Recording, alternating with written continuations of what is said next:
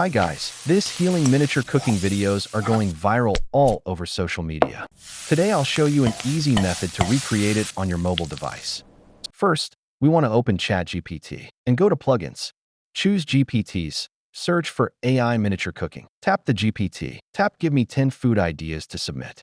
Simply choose the food you want to cook. You may also ask it to provide other food. Let's try a burger, and it will automatically give you the image and video prompt. If you are using a PC, there are tools recommended for the image and video generation here. But in this video, we are going to use AI Marvel's app for mobile device. You can find the official access link in the description. Tap AI Lab. Import any black or white image like this one. Then copy the image prompt from ChatGPT and paste it here. Tap Submit.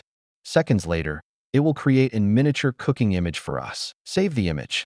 Next, go back to the AI Lab. Choose the AI video card. Select the second icon and use the image as the first frame. Again, copy and paste the video prompt here.